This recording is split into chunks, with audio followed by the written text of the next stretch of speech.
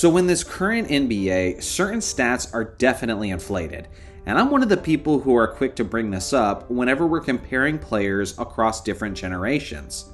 Stats like points per game and assists per game are definitely inflated today compared to the 90s and 2000s, due to things like the faster pace of play, the increase in three-point shots, and of course, the way the rules have changed.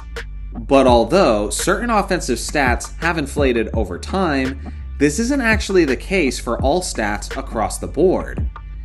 Today, we're looking at the NBA stats that have deflated over time, to the point that modern players are actually operating at a disadvantage in these specific aspects.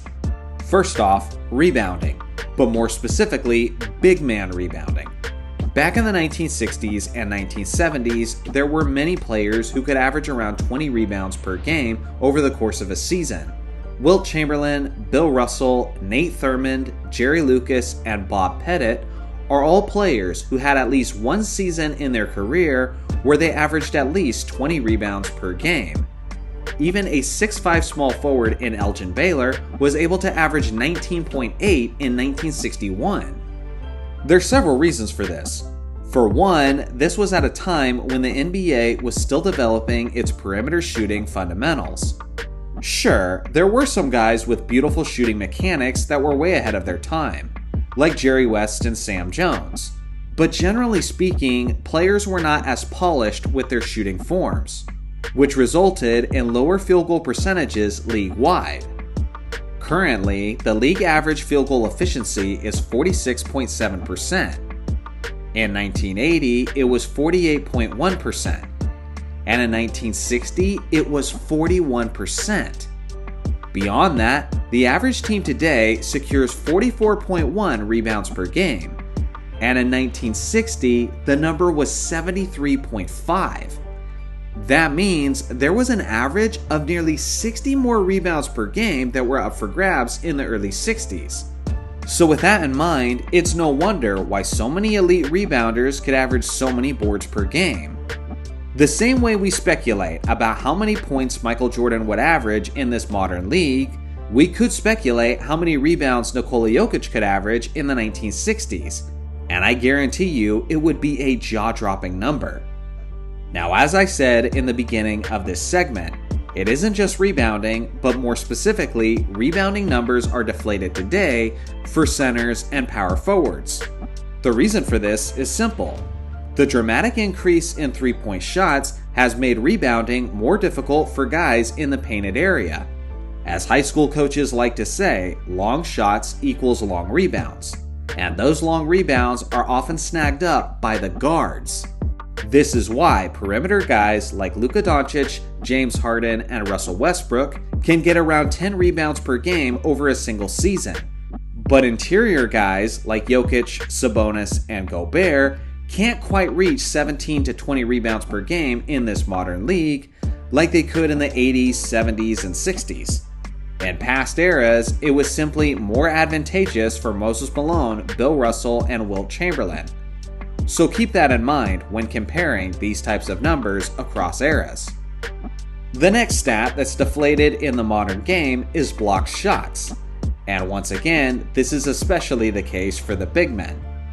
This one won't require a ton of explaining because it kind of piggybacks off of the points that I made about rebounding. The dramatic increase in three-point shots over the last few decades has resulted in more spaced out action on the court. Rim protectors are still valuable in the modern game, but they are significantly less valuable than they were in years past, when more shots were taken closer to the basket.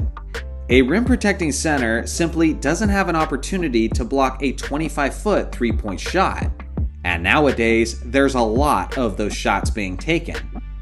For example, in the 2024 to 2025 season, there was an average of 37.6 three-point attempts per team per game. In 1992, that number was 7.6. Which means there is now 30 less shots being taken per team per game that a rim protecting center could potentially block. And obviously, this is reflected in the league leading numbers. Here was the top 10 shot blockers in the NBA in the 91-92 season. These are some truly stunning numbers, and any player who achieved these blocks numbers would get Defensive Player of the Year consideration if this was to happen in the modern game.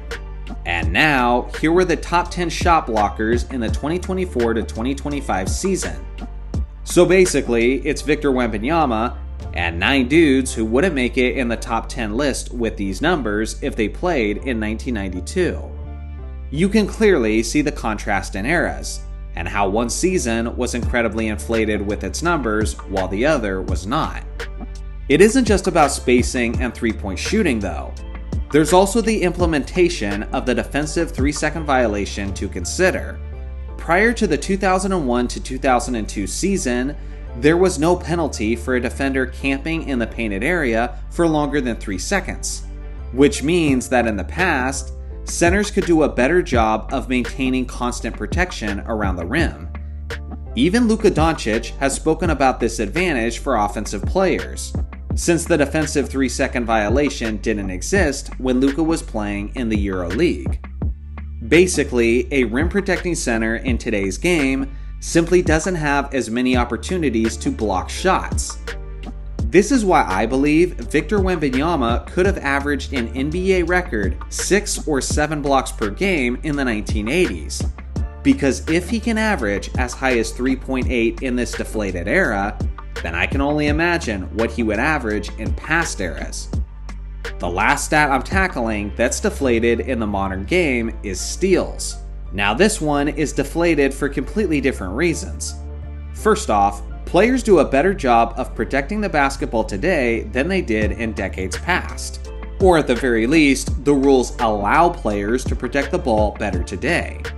In the 2024-2025 season, teams were averaging 12.6 turnovers over the course of 100 possessions. That is the 6th fewest of any season in NBA history. And here's the crazy part. The top 6 seasons for the fewest turnovers per 100 possessions are all within the last 7 years of NBA basketball. There's simply never been a cleaner era of basketball than the one we're currently witnessing. 40 years ago, in 1985, teams were averaging a worse 14.9 turnovers per 100 possessions.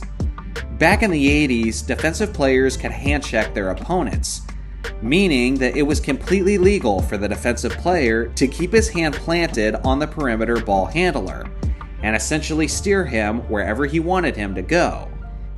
If a defensive player is allowed to get in close and could do more things physically with his hands, then it's only natural that he'd have more opportunities to strip the ball from the opposing player. Plus, with all the extra space generated due to all the perimeter shooting, things just weren't as congested on the court as they were in years past, and there's more room for errors without resulting in turnovers. Here were the top 10 steals leaders in 1985. These are some truly impressive numbers that are extremely difficult to replicate in the modern game. And now, here were the top 10 steals leaders in 2025. It's basically Dyson Daniels and a bunch of guys who wouldn't make it to the top 10 if they put up these numbers in the 80s. Certain modern pickpockets definitely would have benefited from playing in the 80s.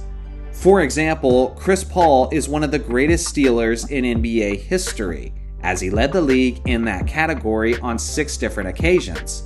If a prime Chris Paul was able to play in the 1980s like Alvin Robertson did, then I do believe he would have put up similar steals numbers, potentially getting as high as 3.5 steals per game. So what do you guys think? Who is a player who could have benefited statistically by playing in another era? I look forward to hearing your suggestions in the comment section below. Thanks for watching as always. Make sure to like and subscribe for more basketball content, and I'll see you guys in the next video.